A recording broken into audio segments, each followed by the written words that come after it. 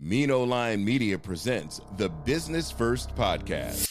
Hi, all, and welcome to a new episode of Business First with Sonia Ali. I am your host, and today we are going to be talking about something that we actually haven't really covered before: tourism and the opportunities that exist there. And so, live from the beautiful island of Jamaica is our guest today, Andrea Baskett-Pee, who is the founder of Atwasi, a Jamaican luxury travel concierge. Welcome, Andrea. Thank you for having me. Yes, thank you for being here. How are you there in Jamaica? In our earlier conversations or our exchanges, I didn't get to ask how you were recovering from the hurricane that had hit just last month. Yeah, I mean, we in Kingston were mostly blessed to have not been affected by the hurricane. However, certain parts of southern Jamaica around St. Elizabeth are still recovering. Some folks are even still without electricity. So, oh wow, I didn't realize that some folks were still suffering from the storm. How long? Tell us a little bit about Atwasi in terms of what year was it founded and how long you've been in operation. Yeah, so Atwasi was officially founded in June of 2023. We launched our alpha version of Atwasi last October. And the genesis of it, however, had been in formation for many years. I actually moved to Jamaica full time in December of 2017, founded a tech consultancy with my husband. And, while being here, lots of folks would reach out to me to say, hey, you're in Jamaica. Do you have any suggestions of where I should go? Or, hey, you're in Jamaica. I want to come and visit you. Or, that started to graduate into, hey, you're in Jamaica. Can you help me plan my 40th birthday party? So, that Atwasi has been something that, I don't know, it seemed a really natural progression for me. And as I mentioned, we did our alpha launch in October of last year, and we launched to friends and family, and have been fortunate enough to get really great feedback and interaction with customers from our close our close friends and family, as I mentioned, and are now preparing to do a wider launch to the public, after having worked out a lot of kinks and secured some really awesome partnerships to expand our offerings. So take us back to before 2017. Where were you living? What were you doing professionally?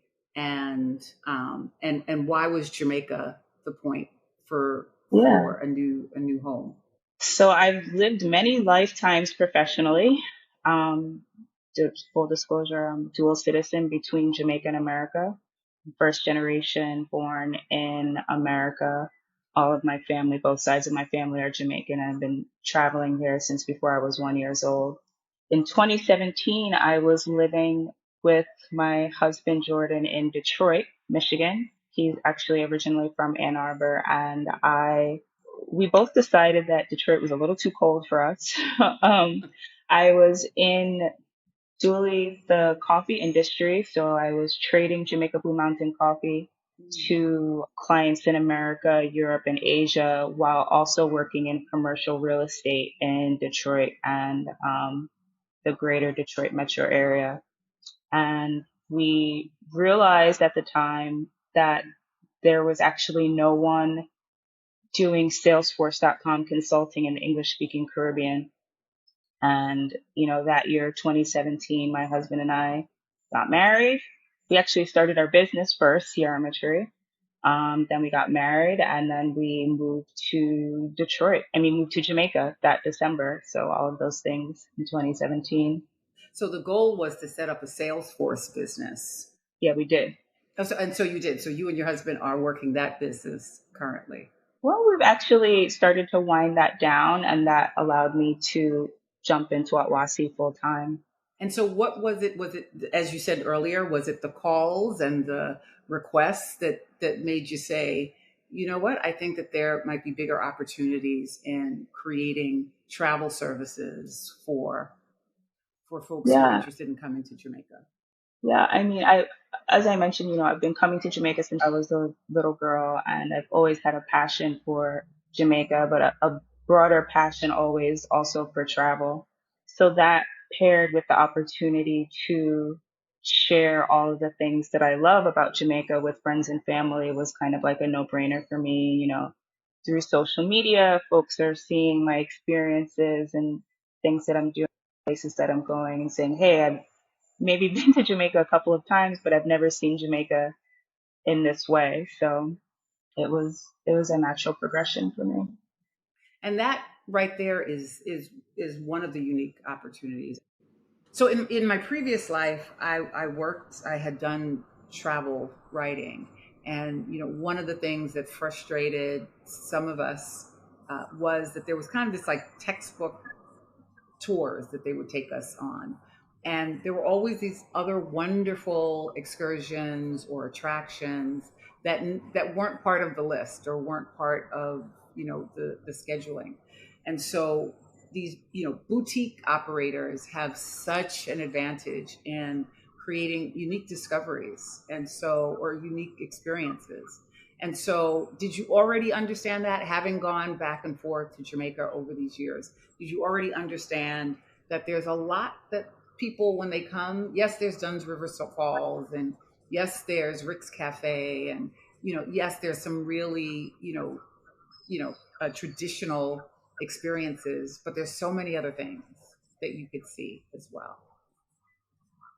Yeah, I mean, I started to understand it, but I didn't have a true understanding of it until I lived here full time, because Jamaica is, we call it the land of wood and water, and there are so many little nooks and crannies and hidden rivers and waterfalls that I mean, they're not going to be on TripAdvisor.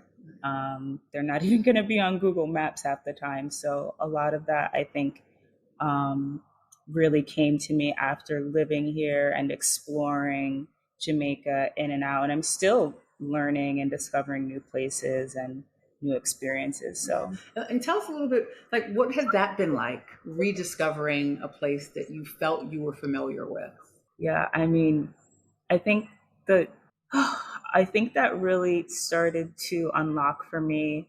So backtrack, 2013, I actually participated in Richard Branson had a business accelerator, it still does, in Jamaica, called Branson Center for I Entrepreneurship. remember that. And I came here in 2013 to, was pretty much like an express MBA, learning a lot about, business, but also learning about Jamaica. And I was living in Kingston, but traversing to Montego Bay before the North Coast Highway was in existence. So that was pretty much 3.5 hours in each direction across the island, to class. So that for me, I think, was like probably the beginning of that, just learning different parts of the island. It's one thing when you're coming in vacationing, you do the track, you see your grandparents, you see the aunties, you might go to a hotel, and then you hit the airport. So that for me helped me to really get to know Jamaica more. And then, through trading coffee as well too, I worked with lots of coffee farmers in Blue Mountain, got to know it very intimately. Similarly, most of those locations are not on Google Maps. So it really took, I don't want to say pounding the pavement, but it took a lot of just me being here and being around and exploring different places. What was it like or I should say, what was the process from helping friends curate their trips to literally deciding, yeah, I'm going to set up a business and I'm going to reach out to some of the same people, or the next person who calls me, right? I'm going to let them know that it's a business now. And so, yes, I'm happy to work with you. But now, now I have a certified business in this area. Yeah, I mean, I guess as the oldest daughter, I'm always tasked with organizing things with the family. So that's something that kind of started at a younger age for me, like organizing our family vacation experiences, organizing the menu, then graduating into planning small group trips. And I think before forming Atwasi, the biggest trip I organized was a group of 20 for a birthday weekend. And I really got to get more of an understanding of who are the partners, who are the players, um, the vendors. And that for me was like, okay, this is a real opportunity here. And I'm building an expertise in this space, and I think it has value. And a few months later, I formed Atwasi. And what does Atwasi mean? What does it stand for? So Atwasi is a Twi word, which is a Western African dialect from the region of what we call now today Ghana. And it means in a circle. And the idea for me with choosing this name was that I wanted folks to get reconnected or to get connected with culture and history and the land. And I think as we started to think about what, Atwasi would do and the business model, it also became a double entendre for inviting our community and customers into our inner circle of, vetted and trusted partners and vendors. Would you say that culture and history and the land is what is what's distinctive about the experience that you offer?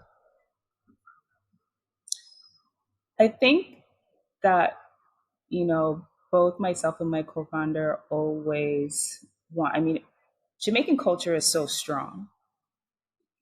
A lot of people say when they visit other islands in the Caribbean, none are as memorable as Jamaica. The food is not as flavorful. The music is not as memorable.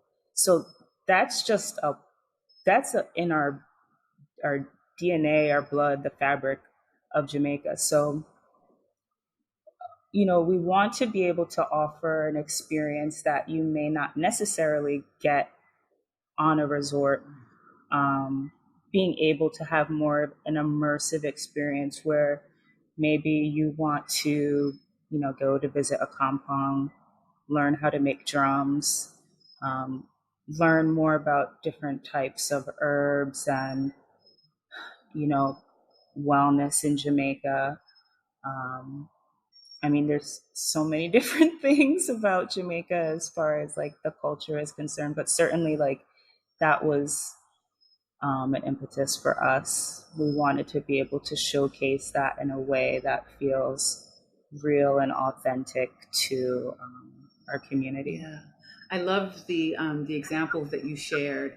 If someone were to go on your website and decide they wanted to come to Jamaica, are those available there for them to say, yes, I'd like to be able to visit the Blue Mountain site, or I'd like to, do, very specific things on the island. Are they offered already, or do you allow people to offer their own suggestions and then you curate it from there? Yeah, so we have 3 kind of distinctive offerings when it comes to the B2C consumer. We have for folks that maybe have been to Jamaica a couple of times, but just need to tap into a bit of expertise. We can do a consultation for you and make some suggestions. For folks that need a step up from that, we can curate a itinerary, and we have a fully customizable offering that offers end-to-end bespoke curation. But all of our experiences are fully bespoke and curated to each customer. Having been a travel writer, I've also attended a lot of conferences, and many of them in the Caribbean always say that they want to be able to give the traveler experiences beyond sun, sand, and sea. And although they say that every year, the marketing tends to be the same. It tends to be always around sun, sand, and sea. Do you find that that travelers are more demanding, or is that something that, or are they coming for sun, sand, and sea, and something extra is just wonderful, or a nice surprise for them, or do you feel that travelers are a lot more savvy and interested in doing more than just laying on the beach, which is fine, right? But do you feel that some want to do Yeah. more? Yeah, I mean, I think there are many different types of travelers, but what we are seeing in general is folks gravitating to a more, and I keep saying immersive, but wanting to have a more, even if they are coming here for pure leisure and relaxation, maybe they're coming for pure leisure and relaxation, but we work with them to curate an extremely authentic Jamaican menu while they're staying at the villa. That's, going above and beyond the jerk chicken. Maybe we're curating for them to do a private rum tasting at their villa, or coffee cupping. So even for folks that do come for that leisure and like fun and sun, we're still able to weave in different types of experiences that allow them to tap into, authentic Jamaica, or the Jamaica that they may not have experienced thus far. You said earlier that you are fortunate to have a number of partners who are working with you on these experiences.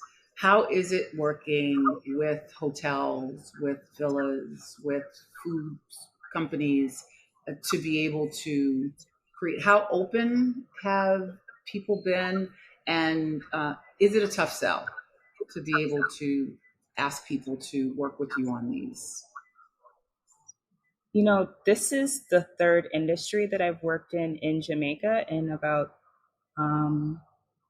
10 years. The first being coffee, the second being technology, and this third now tourism. And I'm finding that because tourism is such a big business, for the most part, people just want to make money. So, they're open to working with you if you are able to offer value and there's a fair value exchange. So I'm finding it to be wonderful and exciting. One of the few industries that I've worked in where there's tons of data and information, and it's shared readily. Uh, Stuff like that excites me. So, I mean, I've been finding it to be really supportive, and um, it's certainly a learning curve because this is a new industry for me still. But the partners that we've aligned with are committed to the same ethos and on the same mission as us, and it feels really exciting and like a really great time to be getting into this industry. What have been some of the challenges for you? Yeah, I mean, the first one just being that I've never worked in the tourism industry before, so transitioning from a consumer to a business operator and owner has been a lot, just a lot. It's a big industry. It's an industry that's been around for almost a century. There's a lot of learnings. I had to get a bunch of certifications, get some industry certifications, and that has been really great too, because that allows us to scale our business in a meaningful way, but also has been really insightful just to, I'm a lifelong student and I love to learn. So that's been exciting to me, but it's certainly been a challenge just not knowing what you don't know. I think one of the biggest challenges has been, well, not has been, but learning some of coming from, the world of Salesforce and then coming into tourism and understanding that even though tourism is this huge developed industry, the tech really isn't. So that's been a little bit surprising, but also kind of fun for me to try to find solves around, making the experience more cashless, more seamless. aligning it with what folks are used to in 2024. And that's not just a Jamaica-centric issue. That's a global tourism concern. Are you interested in expanding to other islands? Is that part of the goal? Yeah, I mean, definitely eventually would love to expand to other locations in the Caribbean and eventually to, parts of West Africa. I would love to be able to connect different parts of the diaspora, but definitely want to focus on perfecting Jamaica first. What has been your biggest discovery in this journey? Something that you might not have expected, but was a surprise in terms of either something that you needed or something that you now understand or something that is directing you in a particular way to do business. Yeah, I mean, I go back to the tech, learning that big companies are just holding stuff together. What seems like, the tech version of duct tape has been really shocking. Information very, very siloed, not a true payment solution for travel, which is kind of like, whoa, seeing certain big payment providers kind of straying away from working with travel because of potential chargeback issues. So, that is something that we've been working toilously on ensuring that we're able to solve, for payments as well as offering a digital end-to-end kind of experience while being able, of course, to offer consulting. But yeah, the payment situation has been really, really interesting to understand. And do you think that that's a place where you can make impact based on your previous experiences with tech and with Salesforce? Yeah, let's see what happens. Okay.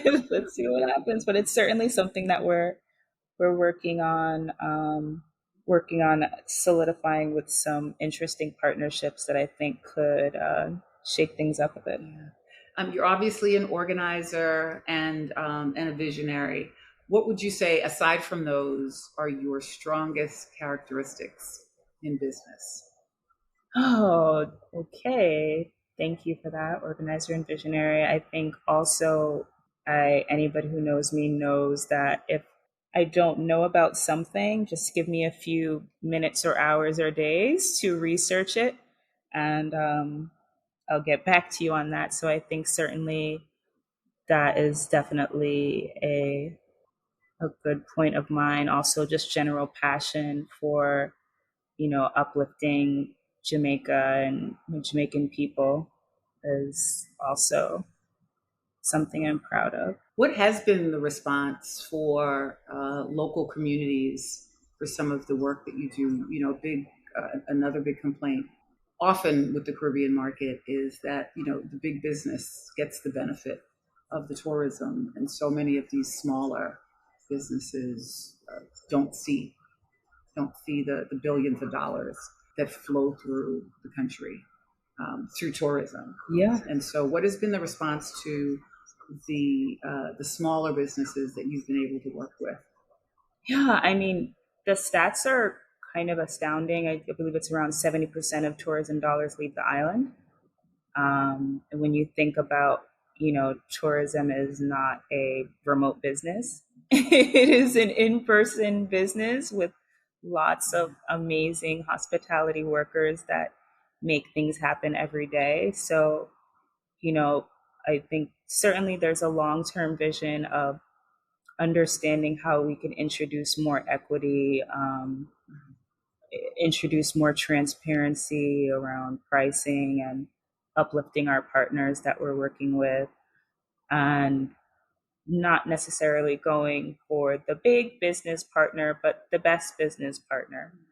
So that has certainly opened us up to being able to work with lots of really amazing small business owners. Additionally, we're looking at what our give back options are and, what we can grow that into, and being able to grow with communities as we grow. So For anyone interested in doing tourism, again, one of the things I found that it is a very closed industry. And so it's not an easy, I remember hearing stories of even, certain ad agencies who go down and pitch and, just couldn't get in. And so for people who are interested in connecting and working in tourism in places like Jamaica, what would you recommend? Well, I mean, certainly you have to come and visit and see. I would recommend that to anyone that is in considering tourism, experiencing different parts of the value chain and becoming if not a full out expert, just gaining an understanding of what makes it tick, the tourism industry. And then we are in the age also of YouTube University where things are not as hidden as they once were. So there's a lot of information and research out there and resources available before you even make that step into saying, and actually the becoming a certified travel agent is a fairly accessible endeavor. So, there are certifications out there that can give you the bare bones of what to do. I think I definitely took an interesting route. A lot of folks may go into an agency and work that way, or work for, a hospitality brand. So it's always good to learn on others people's dime while you can. How does we talked a little bit about the hurricane earlier, but how do things like travel and any other kind of sometimes they can be things that are just particular to the island or international crises affect your business? Yeah, I mean, we are blessed in Jamaica to be the third most visited destination in the Caribbean after Puerto Rico and Dominican Republic. And the numbers of visitors are growing every month and every year. So that's a first thing.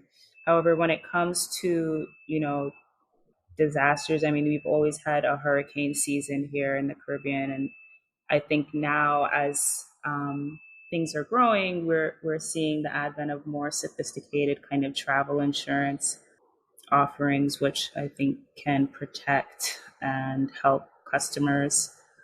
So, I mean, as I mentioned, hurricane season is something that we face every year. Mm-hmm. And I know COVID definitely affected everyone, but Jamaica has been able to kind of rebound and bounce back better than ever, actually. So what can we expect from Atwasi in the near future? We know we expect to expand throughout the Caribbean and possibly into Africa, but for the near future, what can we expect? Yeah, I mean, we definitely are going to be announcing some really cool partnerships that will really kind of change the game of what it means to experience Jamaica and travel to Jamaica. So certainly look out for that. But, at the crux of our brand and what we aim to do is just curating these immersive and authentic experiences and building on what that means. So, and so tell us how we can find you and support you. Yeah, sure. You can visit our website at Atwasi, www.atwasi.com, and check us out. You can also find us on Instagram, Twitter, or LinkedIn, and feel free to reach out, send us a message, and get started with a booking. Alrighty. Well, thank you so much for sharing with us. We wish you all the best. And as a new company, we always want to keep track of your progress and would love to have you back as you develop some more of these partnerships and look to expand. Wonderful. Thank you so much for having me here, and really excited to share what we have coming down the pike. Absolutely. And thank you all for listening. We'll be back again with another great guest next week. Take care. The Business First podcast is hosted and produced by Sonia Aline. Executive producer Ken Johnson. Find the Business First podcast on Apple Podcast, Stitcher, Spotify, Odyssey, iHeartRadio, Amazon Music, TuneIn, or wherever you get your podcast. On social media on IG at business_first_podcast. Follow the Mean Old Line Media Podcast Network on IG at Mean Old Line Media. Get the Mean Old Line Media app in the App Store or Google Play. The Business First podcast is a Mean Old Line Media production.